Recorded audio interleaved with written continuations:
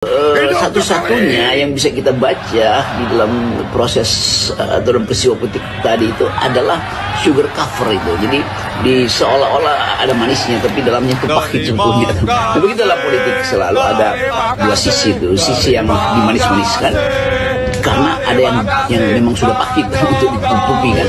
Jadi kelihatannya itu yang terjadi. Tapi sekali lagi publik hanya menganggap kalau kita baca netizen komentar itu wah gila ya, kok segitunya tuh memujinya tuh, atau bahkan ada yang menganggap bahwa apa nggak berlebihan itu dalam keadaan kita lagi fokus pada upaya untuk melihat ekses dari kebijakan Jokowi yang menyebabkan kemelaratan. Bapak Prabowo Subianto benar-benar seorang pejuang, seorang pemimpin yang mumpuni, seorang nasionalis sejati. Bapak Prabowo benar-benar berkawan dengan putra terbaik Indonesia juga, yaitu Bapak Jokowi. Bapak Prabowo mengatakan, hidup Jokowi, hidup Jokowi. Nah terus kalau Bapak Prabowo bersatu dengan Bapak Jokowi, pembenci Jokowi gimana dong? Panas dong, kelojotan dong.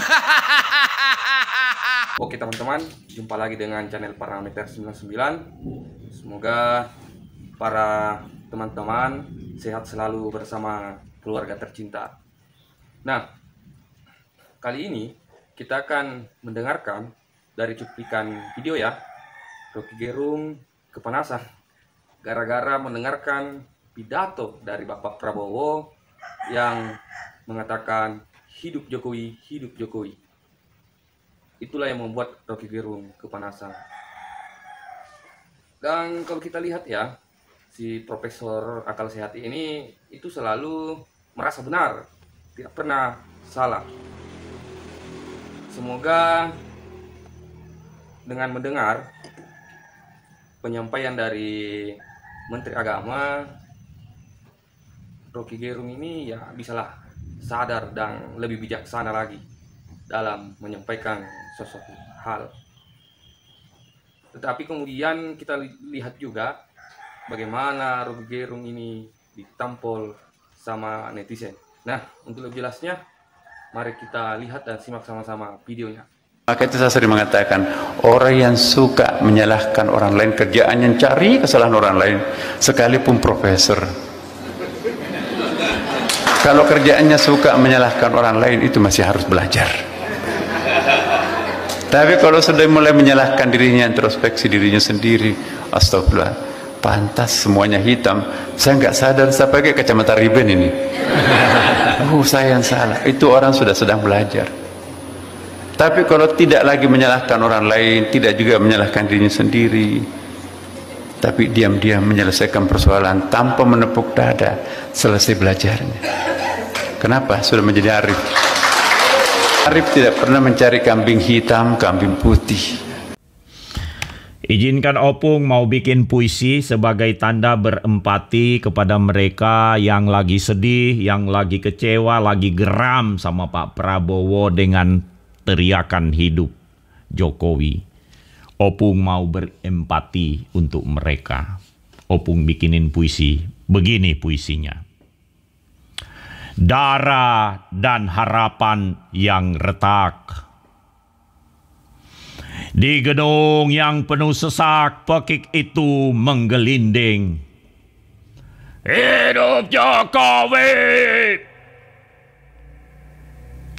Bukan palu atau pedang yang diacungkan, tapi pujian dan rasa terima kasih menyalakan api di bekas luka bagi mereka yang berharap agar Jokowi diadili. Ini kata mereka. Kami yang menunggu hujan besi, guntur pembalasan, ternyata disuguhi madu di atas karat. Di pelupuk mata bayang-bayang bergerak.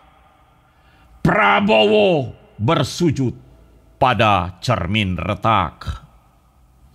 di mana wajahnya sendiri terbelah. Kami adalah arsip amarah yang tak terbaca. Tulang-tulang kecewa yang bernentang di malam sunyi. Kau pinta kami menelan tuduhan-tuduhan kami. Dan darah ini memberontak. Merah hitam mengkristal jadi geram. Di mulut kami mengendap racun yang tak bisa kami teriakan. Kau tabur garam di bumi yang kami siangi doa. Lalu bertanya, mengapa dukaku tak kunjung kering? Pak Prabowo, kau yang mengubur palu, menggenggam bunga karat. Kami bukan debu yang diam ketika angin berkhianat. Di nadi kami deru lama bergolak. Setiap hidup Jokowi adalah paku yang menghujam menembus hayalan kami tentang Jokowi. Tapi kami tetap menulis amarah di atas air. Sebab laut pun tak sudi menampung pengkhianatanmu, Pak Prabowo. Kau adalah lagu pecah di tengah tawa. Kau penggalan sajak yang terpotong sebelum sumpah. Kami yang dulu berteriak adili Jokowi, kini menggenggam abu, menatap langit yang tak lagi menjawab. Di ujung senja derita ini tetap bernyawa. Seperti api dalam tengkorak, seperti luka yang bersajak. Kau dan dia, dua nama yang kini bersatu dalam luka. Kami tetap di sini merangkai kemarahan jadi puisi, menyimpan dendam di sela-sela sajak. Cukup satu periode. Adili Jokowi dan hidup Jokowi. Saya rasa hanya mereka yang mengidap kebencian akut saja yang tidak bisa menikmati keseruan tayangan perayaan hari ulang tahun Gerindra yang ke-17 yang penuh dengan semangat dan kegembiraan. Lihat dan mendengar Presiden Prabowo berpidato, kemudian Presiden Jokowi berpidato. Rasanya dengan memutar dua pidato itu saja cukup bagi kita yang punya logika dan nasionalisme untuk membebaskan diri dari berbagai kegaduhan yang disebabkan oleh dengungan para pembenci. Narasi bahwa ada yang mau memecah belah Presiden Prabowo dan Presiden Jokowi terjawab. Tudingan Jokowi cawe-cawe mengendalikan dan bahkan dianggap memanipulasi Presiden Prabowo terjawab. Dan seruan adili Jokowi juga dijawab oleh Presiden Prabowo.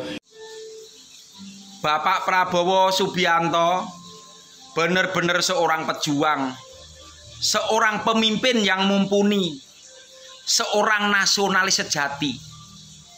Bapak Prabowo benar-benar berkawan dengan putra terbaik Indonesia juga, yaitu Bapak Jokowi. Bapak Prabowo mengatakan, hidup Jokowi, hidup Jokowi. Nah terus kalau Bapak Prabowo bersatu dengan Bapak Jokowi, pembenci Jokowi gimana dong? Panas dong, kelojotan dong.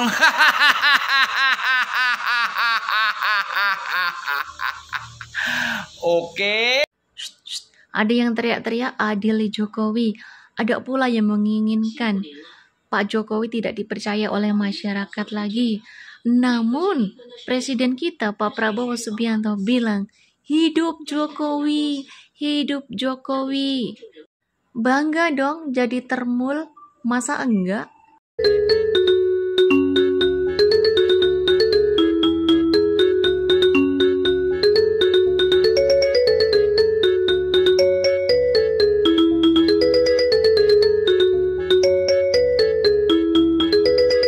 Indah sekali kata-katanya, begitu lantang saat di panggung, begitu gagah saat mikrofon di tangan.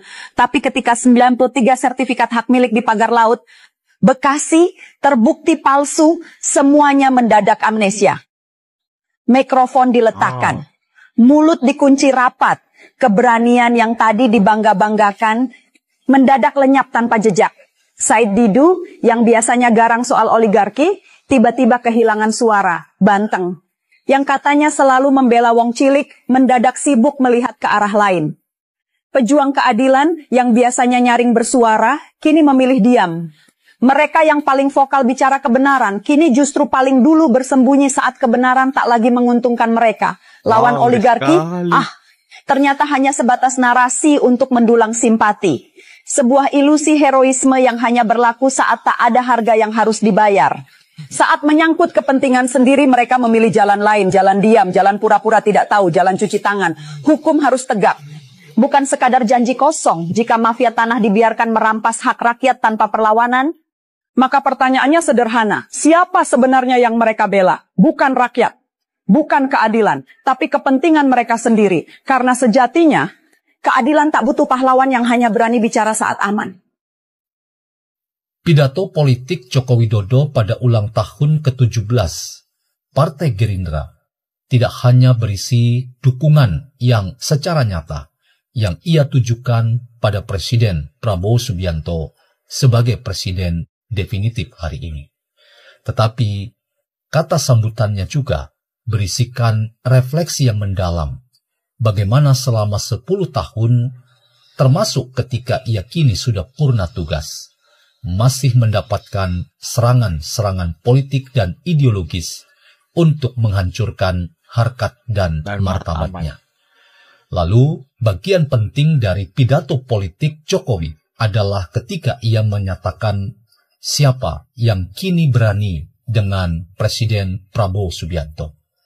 Apa yang dikatakan oleh Jokowi ini memberi pesan sekaligus sinyal bahwa Prabowo Subianto berbeda dengan dirinya dan pastilah akan melakukan tindakan-tindakan tegas dan terukur untuk mempertahankan marwah kehormatan lembaga kepresidenan dan para presiden yang memimpin Indonesia agar mereka pasti memperoleh simpati dan dukungan untuk menjadi pemimpin yang bermartabat.